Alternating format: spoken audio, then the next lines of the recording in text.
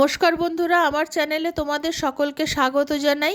আমার আজকের রেসিপি জ্যান্ত চারা মাছের ঝোল।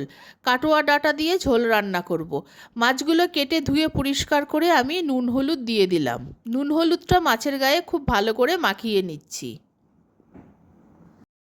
কাটোয়ার ডাঁটার আঁশটা ছাড়িয়ে ডাঁটাগুলোকে টুকরো করে কেটে নিয়েছি। এই ডাঁটা দিয়ে জ্যান্ত মাছের ঝোল খেতে খুবই ভালো লাগে। কড়াইতে কিছুটা জল গরম করে নিয়েছি। এবার টুকরো করে কেটে রাখা ডাঁটাগুলো দিয়ে দিলাম, আর সঙ্গে টুকরো করে কেটে রাখা আলুগুলো দিয়ে দিয়েছি। আলু আর ডাঁটা কিছুটা সেদ্ধ করে নেব, একদম গলিয়ে ফেলবো না। ডাঁটা আর আলু অর্ধেকের বেশি সেদ্ধ করে নিয়েছি, এবার জল থেকে তুলে নিচ্ছি। কড়াই গরম করে কড়াইতে সর্ষের তেল দিয়ে দিয়েছি। এবার মাছগুলো ভেজে নেব। মাছগুলোকে আমি খুব বেশি কড়া করে ভাজবো না, কারণ মাছগুলো জ্যান্ত ছিল, আর জ্যান্ত মাছ ভাজার সময় খুব তাড়াতাড়ি এপিট ওপিট উল্টে দিতে হয়, না হলে মাছের টুকরোগুলো বেঁকে যায়। মাছগুলো ভাজা হয়ে গেছে, আমি তুলে নিচ্ছি। এইভাবে বাকি মাছগুলোও আমি ভেজে নেব। কড়াইতে আরেকটু সর্ষের তেল দিয়ে দিলাম, দিয়ে 1 চামচ কালো জিরে ফোড়ন দিলাম।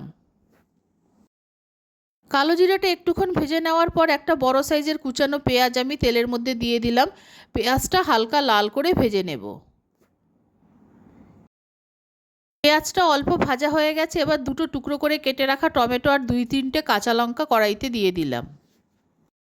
একটা বড় চামচের 1/2 চামচ আদা বাটা দিয়ে দিলাম। টমেটোটা একটু নরম হওয়া পর্যন্ত আর আদার কাঁচা গন্ধটা চলে যাওয়া পর্যন্ত একটুক্ষণ নাড়াচাড়া করে নিচ্ছি। কিছু গুঁড়ো মশলা নিয়ে নিয়েছি। 1/2 চামচ ঝাল লাল লঙ্কার গুঁড়ো, 1/2 চামচ হলুদ গুঁড়ো, 1 চামচ ধনে গুঁড়ো, 1 চামচ জিরের গুঁড়ো আর আন্দাজ মতো নুন। এতে সব গুঁড়ো মশলাগুলো কড়াইতে দিয়ে দিলাম। মশলাগুলোর মধ্যে 1 কাপ জল দিয়ে দিয়েছি। দিয়ে মশলাটাকে খুব ভালো মতো কষিয়ে নিচ্ছি, যতক্ষণ না পর্যন্ত মশলার ওপর তেল ভেসে উঠছে। জল দিয়ে মশলাটাকে কষালে মশলাটা পুড়বে না। মশলাটা খুব ভালো মতো কষানো হয়ে গেছে। এবার সিদ্ধ করে রাখা ডাঁটা আর আলুগুলো মশলার মধ্যে দিয়ে দিলাম। ডাঁটা আর আলু মিনিট খানেক মশলার সঙ্গে ভালো করে কষিয়ে নিচ্ছি। ডাঁটা আলু আর মশলা ভালো মতো কষানো হয়ে গেছে। এবার আমি জল দিয়ে দিচ্ছি। যেহেতু আমি মাছের পাতলা ঝোল রান্না করব, তাই জলের পরিমাণটা একটু বেশি দিচ্ছি। তোমরা যে যতটা ঝোল রাখতে পছন্দ করবে সেই অনুযায়ী জল দেবে। জল দেওয়ার পর একবার খুন্তি দিয়ে ভালো মতো নেড়ে সব কিছু মিশিয়ে দিয়েছি।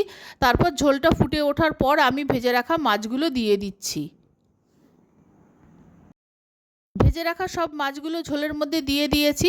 নুন ঝাল সবই ঠিক আছে। এবার ঝোলটাকে আমি 4 থেকে 5 মিনিট হাই ফ্লেমে ফুটিয়ে নেব, তাহলেই রান্নাটা হয়ে যাবে। কাটোয়া ডাঁটা দিয়ে জ্যান্ত মাছের পাতলা ঝোল তৈরি হয়ে গেছে, নামিয়ে নিচ্ছি। অতিরিক্ত গরমে এই রকম জ্যান্ত মাছের পাতলা ঝোল দিয়ে ভাত খেতে খুবই ভালো লাগে।